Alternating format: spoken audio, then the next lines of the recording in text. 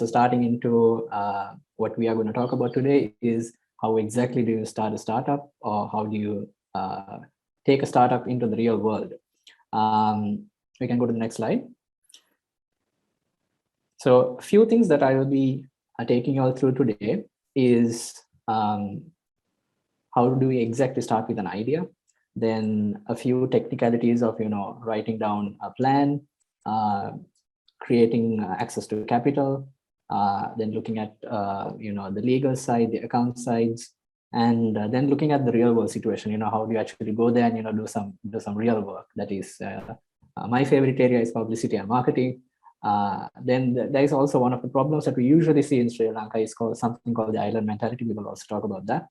And then at the end of the day, what really matters is an unforgettable experience for the customers. Next slide.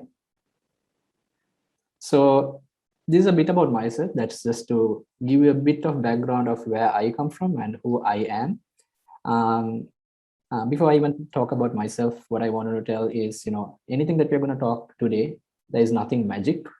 It's all, I think internet has a lot of resources, and anybody who wants to read on stuff, watch videos, and gather knowledge, definitely there's enough and more material out there. So having said that, I'm just sharing a link here.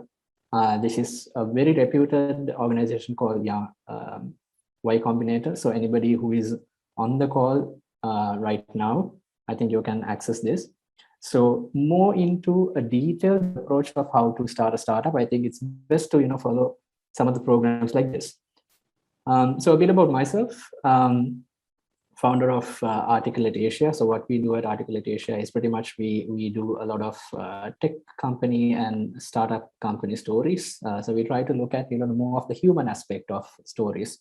We look at the early days of the entrepreneurs, where they come from, why are they doing this, what is the problem that they're trying to solve, and the entire story aspect of entrepreneurs and startups.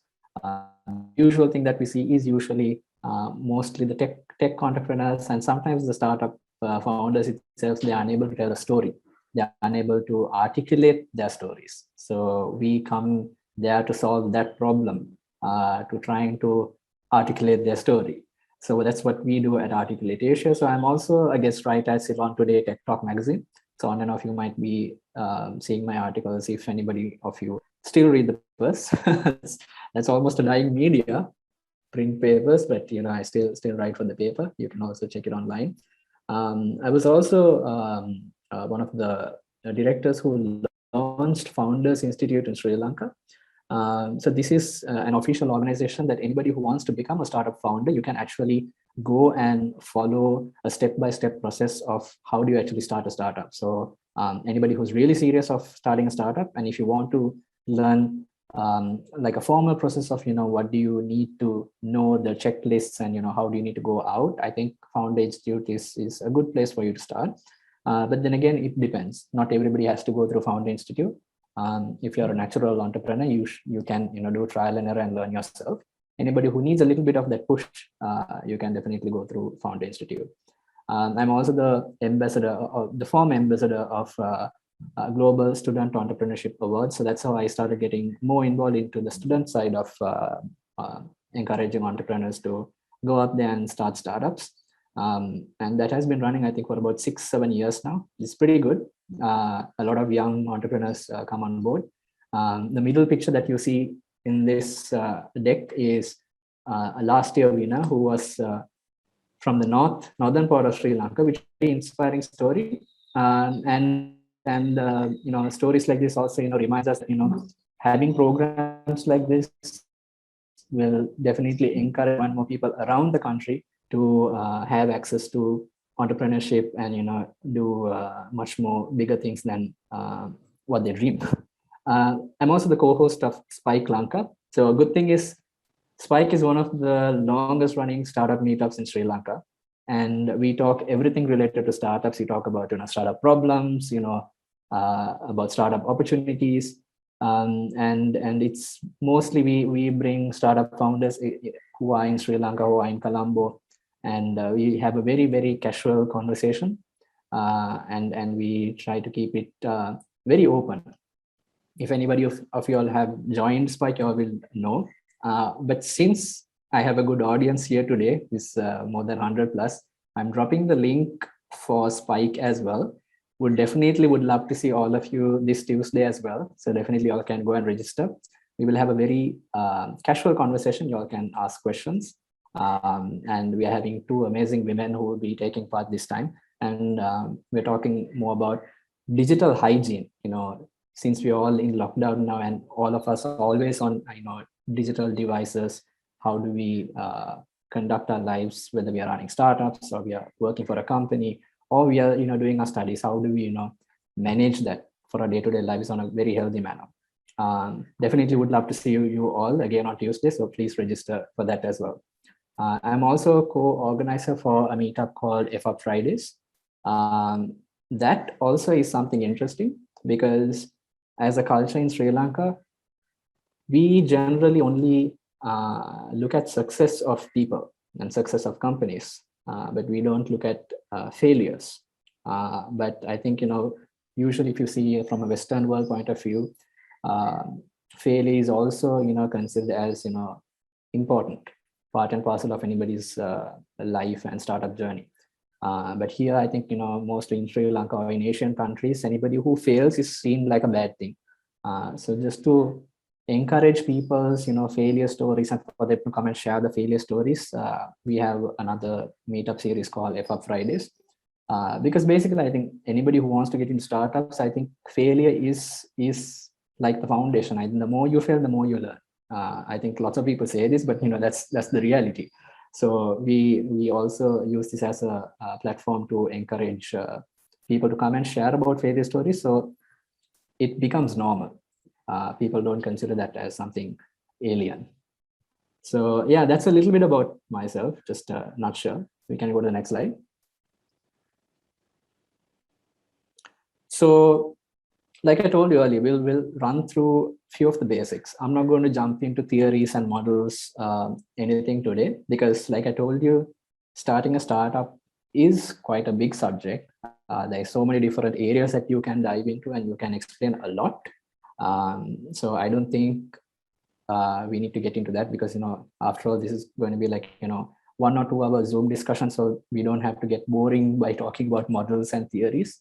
But I'll give you like the basic overview of what we are looking at. And anybody who has an idea, from idea, how do you get out into the real world?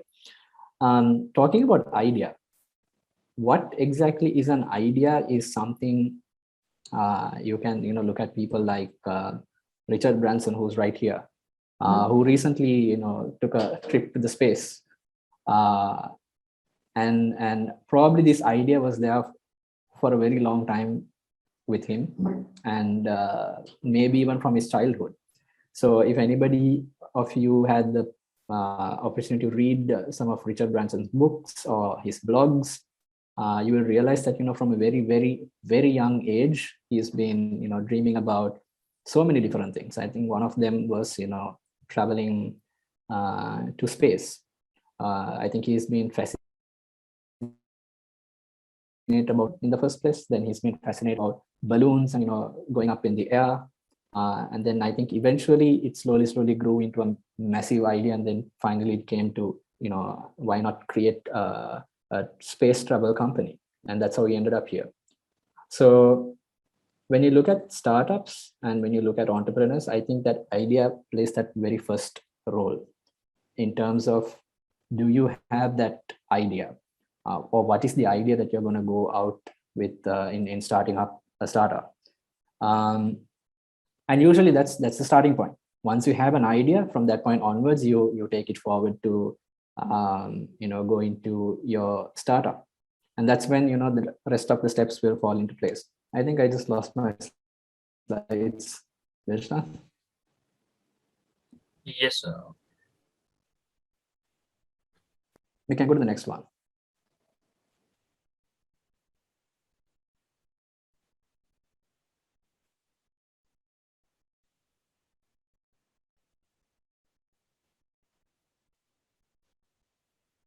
Okay, so first you have the idea, and I believe that most of you have come up with your own startup ideas already and probably have gone through some of the workshops previously with the other speakers and trainers.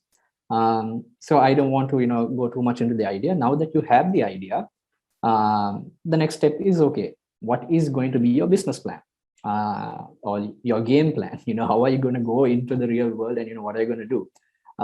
Usual thing is, rather than making this entirely complicated, what you can do is, start, scribbling on papers and, having these small diagrams. One of the best things for you to do is, have something called the business model canvas. That also you can Google. Once you Google it, you will have like a diagram called the business model canvas. Any idea that you like to take it out, it's much better to put it into a business model canvas, write down those points so that you can visually see what are the components of, before starting a startup, what are the components that are going into place. So the business model canvas usually shows like your strengths, your business, who are competitors. So it kind of gives like a visual idea. It's not complicated at all. It's more of an exercise of you put it down so that you can see it visually. Because the reason why there are models like this is to help people to get a visual understanding before doing anything. Even if you're, let's say, more of a pro entrepreneur, you have done this for years and years, these kind of models still help because, those are the basics. So I think one of the best examples that we can take from a Sri Lankan perspective is, definitely Dhammika Perera. I don't think he sits and does business models, but, he's probably one of the persons who is very much data driven. If you look at some of his videos on YouTube or some of his programs, he's a man who purely goes by numbers. He takes decisions based on, the facts. He takes decisions based on numbers, statistics. He takes scientific approach than, just thinking about, I feel like doing something and then he doesn't go and do something. Or even hiring or firing, it's all based on statistics and numbers. So I think, we should have inspiration like, like Richard Branson and maybe like Steve Jobs and Mark Zuckerberg, those kind of people also we can have it as inspiration. But, we have a very own local examples as well who are doing, equally good job in, showing us the way and being inspiration for us to how they're operating large companies. And for me also, I think definitely for me, one of my personal inspiration is Dhammika in terms of where he was and, where he has come now in terms of, his growth and how he has built his empires. And probably, I think once you start listening to him speak and, if you start reading about him, you will also realize the importance that he gives for the plan. So it's mostly about the written plan, it's about the numbers, it's about statistics, and he also has advisors. So he always has, the top advisors, he hires the top advisors, and they do the work always. And they advise him on what are the best decisions to take. So he takes the final decision, but he always, makes sure that he has the best researcher, the best statistician, or the best mathematician or whoever, who is the, leading in the subject to give him the necessary information to take the decision. Same thing is with startups. If we are starting a startup, we need to be our own, we need to be the smaller version of Dhammika Perera for our own startups, because we are going to take decisions which are going to impact a company which could grow into a larger company in the future. But still, that same company is now a small version. So the decisions that you're making right now is going to impact in a bigger way later on. So how are you going to make decisions? Is it going to be like, suddenly you have like random feelings and ideas and you just randomly start making decisions, or are you going to base it off numbers and plans that you have put? Will depend and decide where your startup is going. So that's very important in terms of your very early stages itself, because the more you plan, your outcomes also will become planned. The more you are, idea driven and, just randomly, taking random decisions, even your outcomes are also going to be like that. It can be success or failures, but, more the random decisions, more the random outcomes. So that is something I think you all can also keep in mind when you're planning for your startup. You can go to the next slide. So the next one is, once you have, let's say, an idea, Now you're taking your idea out and you are putting it out, in a fully fledged plan.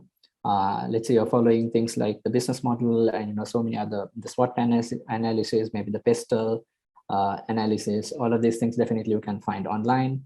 And then let's say now you have an entire plan. Now you need to go out into the market. The next usual roadblock that you will find is finding capital or finding the money to launch your startup. So this also can take two different aspects. Usually we refer to anybody who's doing with your own pocket money, or you have money, let's say your family members are providing, your uncles or aunties or anybody who's giving you money. Those are usually considered like internal capital. We call them bootstrapped startups. So bootstrapping is more like you're putting your own money, versus if you're going out to raise capital, that is a bit more serious, which means your planning has to be very strong. You need to have proper pitch decks. You need to be able to pitch your startup to an investor, and you need to raise funding. So funding also has different stages. The very first stage is called angel funding.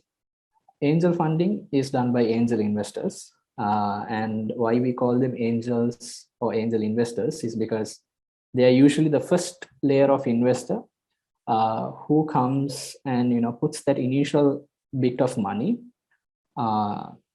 even though your idea is not entirely fully fledged and fully refined.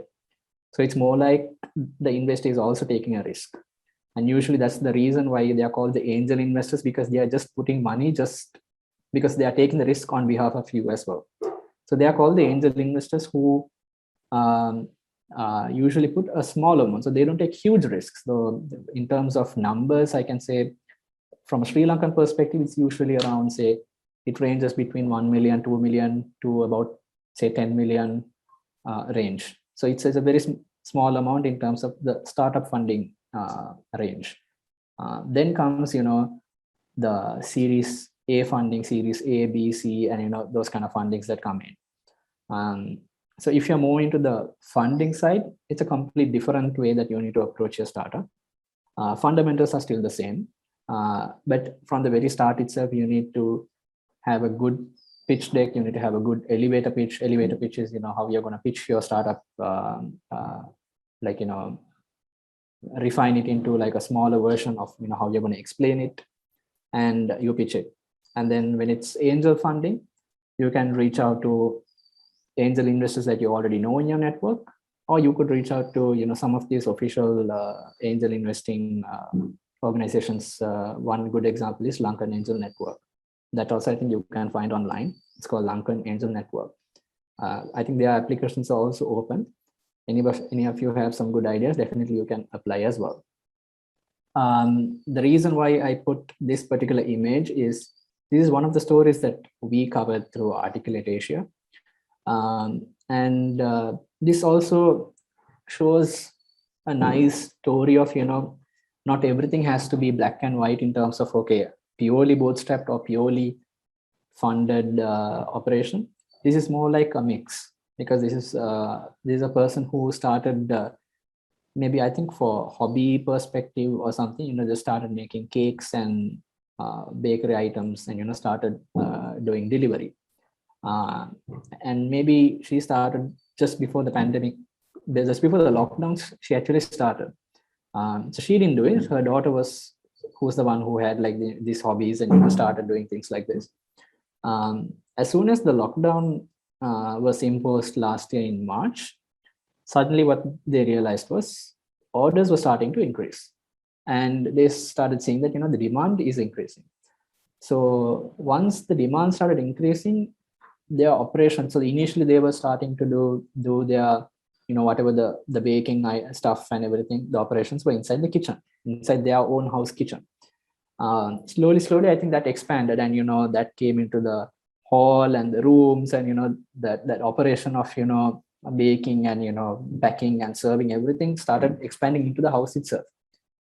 Since the lockdown also extended and more orders started coming in, they had to move out of the house, and they actually rented a house on the same lane. They rented a new house, and they used that in that house alone as an entire kitchen, and for the operations, like to bake and have these trays and packing and everything. So this is one example of where you don't necessarily need a lot of funding coming in. You don't necessarily need some random investor to come and give you a lot of money. This is a good example where instead of chasing investors, you can chase customers. Because if your product is good and if your product is in high in demand, the customers will start coming to you. And when you start earning enough revenue where you can fund your own operations, that will keep your operation running, and it will also help you grow. So it's not always necessary that you need to always think about funding. It's definitely debatable in terms of, if you need to accelerate extremely fast, if you need to open up, say, 50 different outlets, or you need to expand into 50 different countries, all all of a sudden, let's say within 1 year span or within 2 year span, that's going to be a very different scale of operation. So maybe those kind of large plans, definitely you need the funding. But also doesn't mean that everybody who's going to start a startup is immediately thinking about 5 different countries and 5 different restaurants. Usually people who are starting up, they also they want to first try out and see whether it's working out.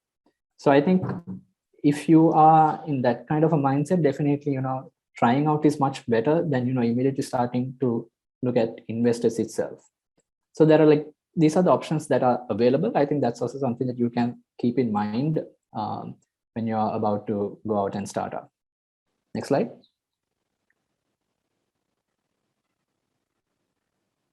Then comes accounts and legality.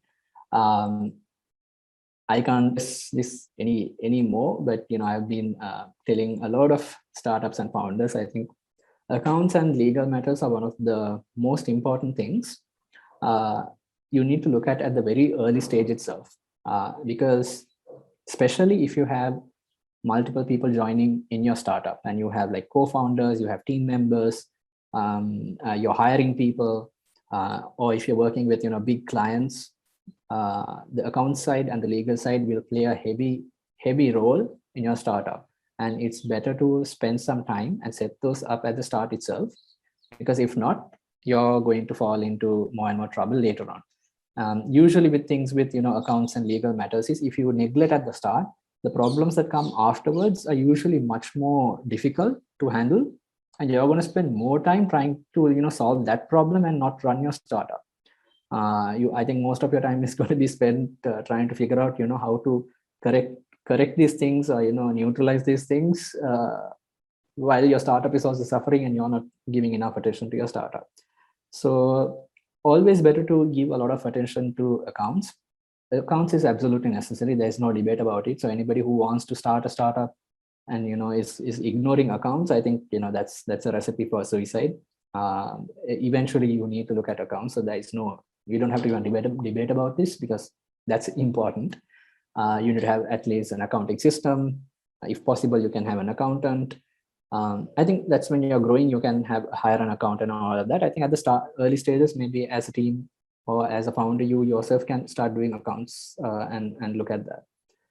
Legal matters also comes in when you are going to incorporate a company. So whether you're going to incorporate, there are about, I think, 3 or 4 ways of incorporating a company, or are the incorporating.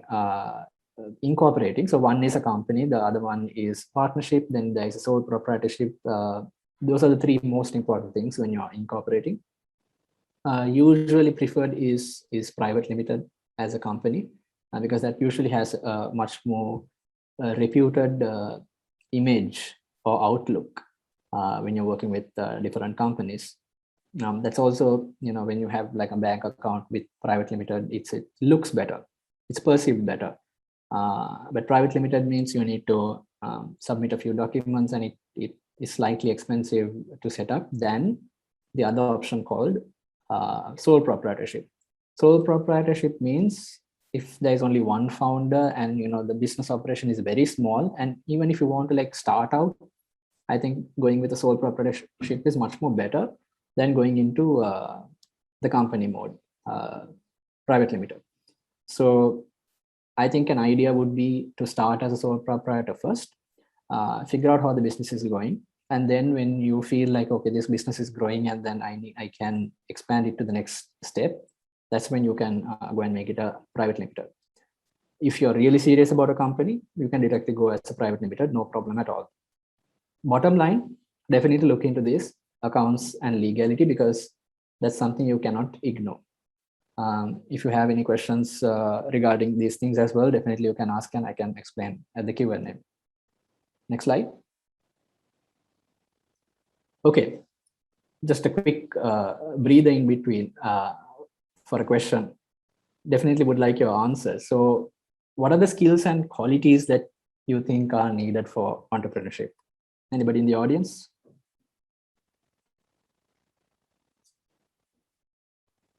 But do you usually consider that, the skills, qualities, personality traits, what are important for entrepreneurship?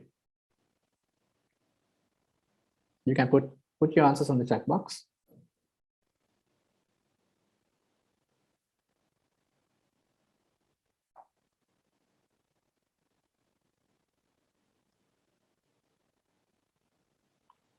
Guys, you can directly put on, you can like message to everyone. So don't send private messages because I think it's good for everyone to see and then we can discuss. So I've got one saying, seeing a different way to solve problems. Yes, definitely. That was Ishan. Yes. So Venushi says self-confidence, definitely needed. And then Dima says money management, absolutely important. Kavinda says think out of the box. I think that's probably going to be one of the most important in terms of getting that idea in the first stage, because thinking out of the box is going to set the stage for the rest of the things that's gonna come. Ishan says see in different way to solve problems. Again, I hope I get the name right. Saptiha, business management skills, definitely yes. So it's business. I think when you're starting, it's going to be a lot of things together. It's going to be business management, human resources management, financial management.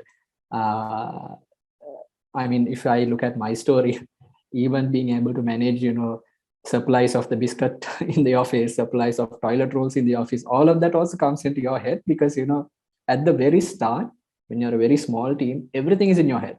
You need to, at one point, you need to look at, okay, whether the biscuit jar, so we had an office and, the number of biscuits in that jar always meant the amount of motivation that the team had. So the constant worry was, okay, is the biscuit jar always full? So that is also on part of your head, and once you're done with that, you need to come this side, and you have like a corporate presentation that you need to do for like 1 million rupees of project.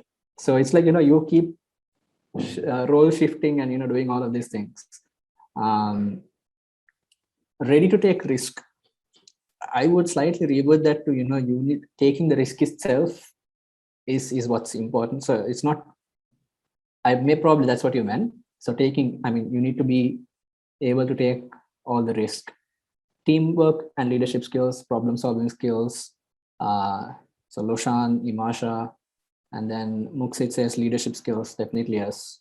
And then Teruni says analytical and problem solving, time management. Nifra says financial skills and network. Oh yeah, networking. Pretty important.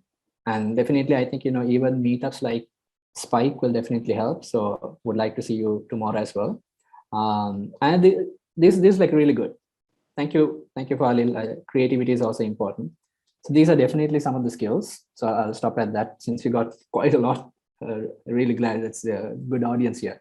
So bottom line is, once you start your entrepreneurship journey, I think all of these skills will fall into place, and it kind of gels into, you need to kind of be a superhuman, like a Superman or a Superwoman, to have multiple skills as a skill set to have all of this together.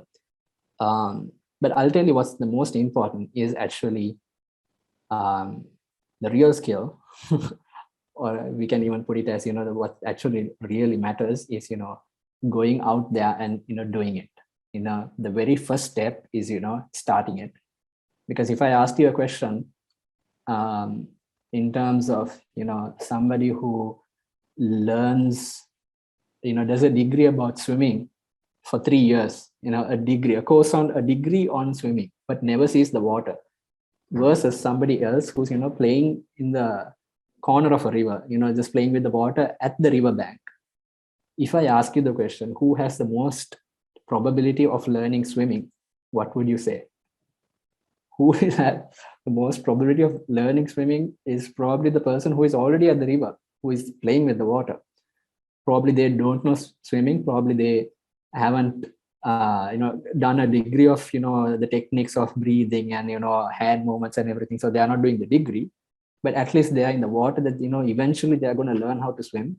And that's same with entrepreneurship as well. That's why I always keep telling that, it's good to read books, it's good to watch videos, and it's good to get inspired by looking at other people and listening to them. It's good to have mentors. All of this is good, but it doesn't really make sense until you are out there. You need to start on your own. You need to make mistakes. You can start and make a mistake, doesn't really matter. What really matters is, you need to go out there, start it, get yourself burned, try again, get burned, try again. And, that's how you slowly learn. You get into entrepreneurship, because no amount of even, a webinar like this, even if you listen to this webinar 1,000 times and you don't take any effort from your side, nothing's going to happen. It's all about going out and doing.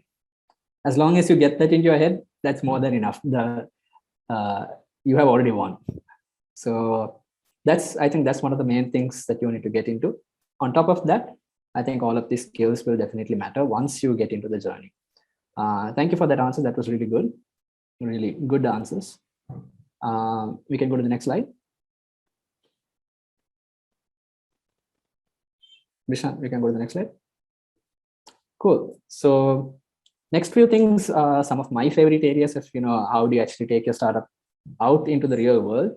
Once you do all of your initial steps, so let's say now you have the company, you have the idea, you have the company, you have set up your legalities, your accounts and everything. So you have something really brewing inside.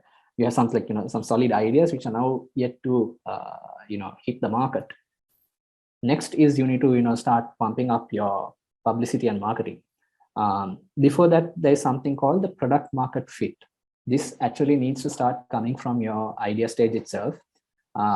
That is something that will take a lot of either trial and error, or it will also, it's more from your understanding as well, your understanding of your product, your service, as well as your understanding of the customer itself. You need to figure out the product market fit. I think once you get the product market fit, half of the marketing and publicity will happen on its own. But on a general sense, publicity and marketing is absolutely important, because once you have something, you need to take it out to the market. I think a good example, even today, I think most of you probably would already know Chamira, who's running Arimac. So this is one of the stories that we did recently.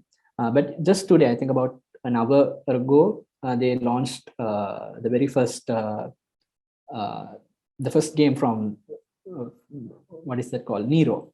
They launched a game called Nero, which is, I think, the first South Asian game which went online. And it's available for purchase at the moment. While that went live, he also launched a video, I think about a 1 or 2 minute video explaining about the video in Sinhala. He's explaining about the video, and he has put out there saying, support us. Now that is an amazing idea, because, him being the face of Arimac, putting out a small video like that creates a lot of momentum. It creates a lot of publicity and exposure at that very initial stage. So now this will definitely follow through with, PR articles and social media campaigns and everything. Definitely those will also come. But, these little things also matter. The CEO of the company itself, putting out that video made a lot of initial hype, and which is getting viral at the moment. The other one is Ananke, IoT, which is also done by one of my friends called Kirti. So he recently won a patent, a US patent for one of the solutions that they're building. So that also, I think, having a patent doesn't mean that you are actually going out to the market and doing anything, but getting that patent itself is a lot of credibility. It gives a lot of credibility to the person as a as a person. It gives a lot of credibility. As a startup, it gives credibility. So they kind of took that also out as a story, saying that they won the patent. And probably I think they are the first people to get a patent, a US patent in Sri Lanka. You can go and search about Kirti as well, and you will get to know about what they have done. So these are some of the stories that you can actually take out. We can go to the next slide as well.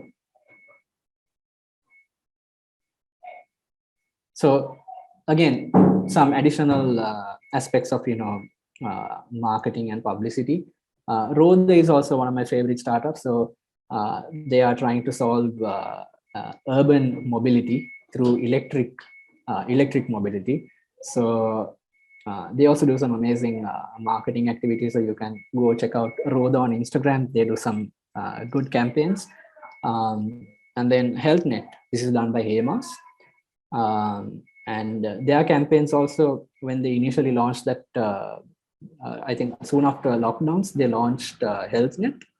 And they had the very first chatbot feature for a pharmaceutical industry, probably in the world, an interactive chatbot. I think it's more like feature rich.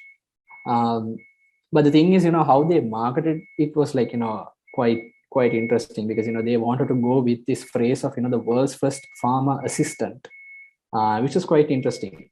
Technically, you can't debate whether it's right or wrong, but I think for a PR title, it was like pretty good. World's first pharma assistant, because you are not talking to a real person. Through the chatbot itself, you're getting your prescription sorted out and served. And instead of just directly putting out HealthNet as the campaign, they put world's first pharma assistant as the campaign, and that kind of gave them initial visibility and virality. So publicity and marketing, definitely you can be creative as much as possible. But is it important? Definitely yes. You need to definitely look into publicity and marketing for you to take your startup out into the world. If not, nobody will know. Next slide.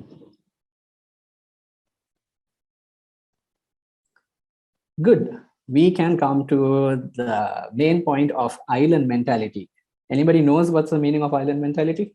Quick chat. I can give you 10 seconds. Anybody knows what island mentality is? Nobody knows? No worries. So island mentality, thinking in a small scope. Demand says thinking in a small scope. Yes, island mentality is pretty much, since we are also an island, we consider it, thinking within Sri Lanka. Because, most of the time when you look at startups, sometimes it's even worse than that. Sometimes startups, because we have gone for hackathons as, mentors and judges at times. And sometimes, these startups, they come up with these really good products, really amazing products. But they come and they start saying, this product we are targeting for the Colombo people. Or, some of the hackathons which have gone in Jaffna, what they say is, we have created this product or service, and they say, okay, our market is Jaffna.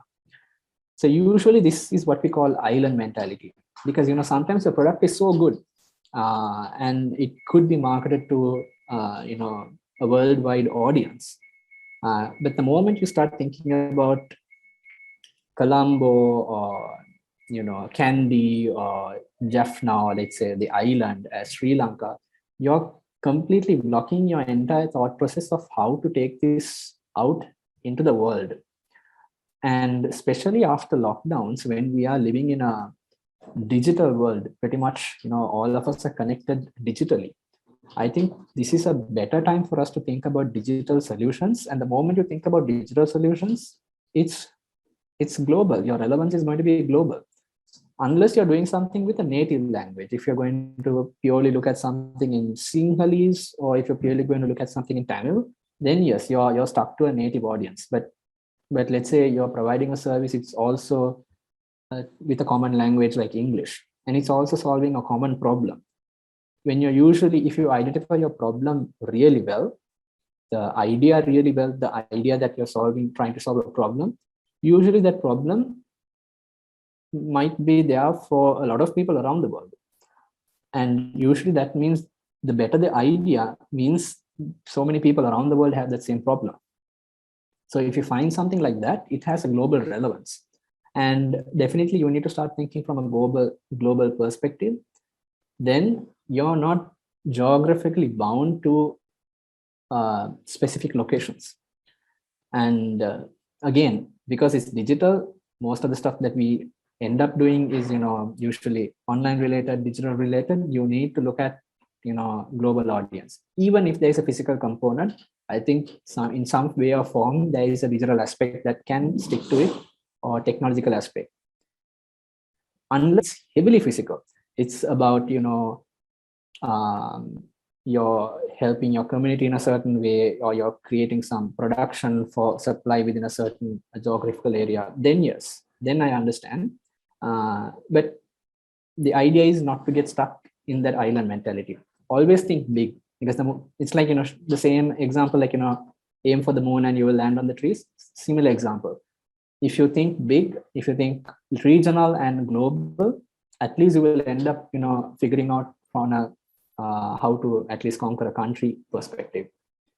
So think big. So one of the recent examples, this is, so I put this picture because it's also a memorable experience from our side as a team, because we also were stuck in the same thing. We always, from a very early stage, we were talking about, we were initially talking about, going Asia, going global, and we were always talking about it, but never did it. Because we wanted to, first identify how to do a proper service within Sri Lanka. But the thing is, the moment you start trying to solve a problem which is not really getting solved, it takes more and more time for you to figure that out. And sometimes you're too caught up in a problem and you don't even find the solution for it. So I think probably from our point of view also, that was the same thing. Because, from our point of view, what we realized was Sri Lanka was a small market, and we realized that pretty late. And then after a point, we realized, okay, we need to start from a different perspective. We need to start from out of Sri Lanka, and then look at regional, global, and then come into Sri Lanka as a result. Not try to push our way out from Sri Lanka, because that was one of probably a much more difficult way of doing it. And I think most of the startups that you all are doing also, I think it's easier to look at on a regional perspective or a global perspective, because so many things. I think if we start debating on that, there are so many good things when you're looking at from a regional global perspective. Because I think even from a Sri Lankan perspective also, some things, it's a bit hard to, get your infrastructure right, and, maybe get your documents, ease of doing business, all of these, there are, little bit of problems, which I think you can avoid. I forgot to explain. So this was one of the, give me 1 second.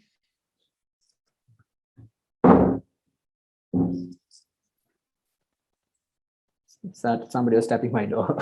So this was one of my memorable experiences, because we got the opportunity to go to Cambodia as a digital media partner for one of the events called Seed Stars.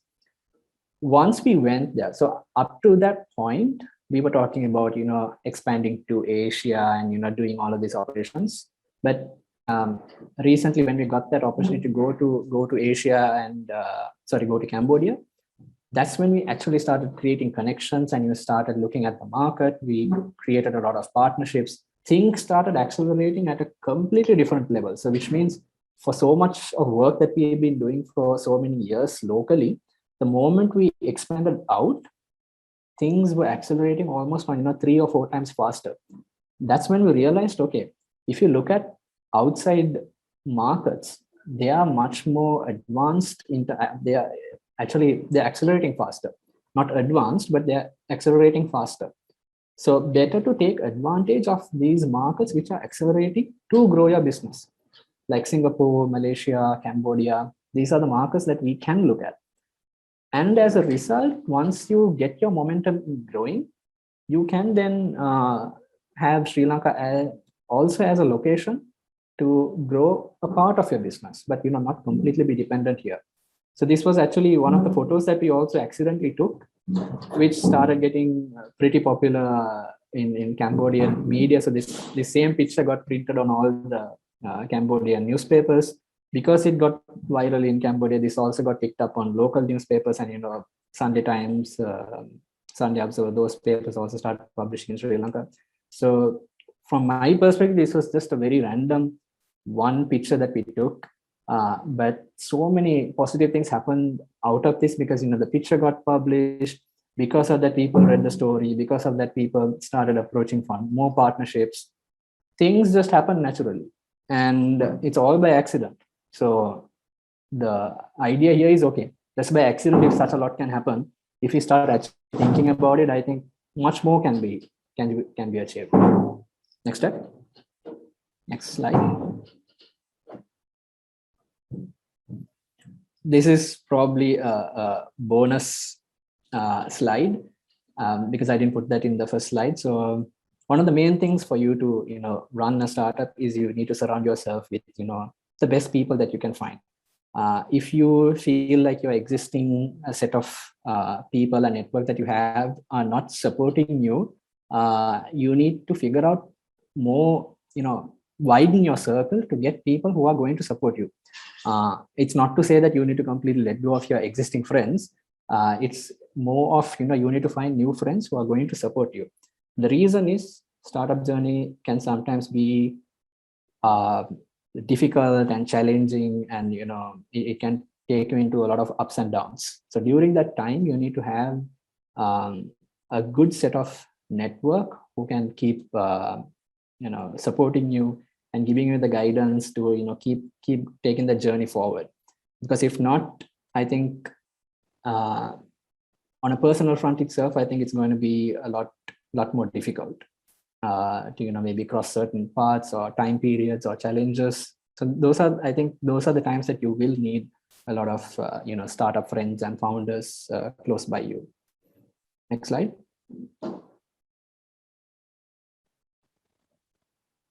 This also is a bonus slide. Just like you celebrate successes, you need to also learn how to celebrate failures.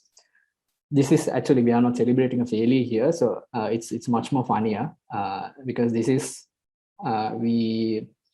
some of the business leaders, we got together and we signed a contract for a new project, and this was that day that we signed the contract, because we were like super happy, and we took a picture that a big project is going to start, and this was that moment. But soon after this, I think about 3-4 months later, I think things didn't work out really well, and that entire project collapsed. But what happened after that is much more important, because the moment it didn't, we realized that it's not going to work. I think all of us still kept that same amount of positivity. As similar to this, we kept that same amount of positivity, knowing that, okay, we at least tried. We at least gave an attempt to something that could have worked out. Because if not, if we didn't try this out, what would have happened is we would have been talking about this for years and years, and never even known that this is not going to work out. So we were just only procrastinating and not doing stuff. It's much better to try something, and if it doesn't work out, we at least know. So we are not going to waste any more time afterwards. So this, I think, for me, I personally keep it as like a memorable moment for me, to keep reminded that I need to always celebrate the failures as well. Next slide. Give me 1 second, guys.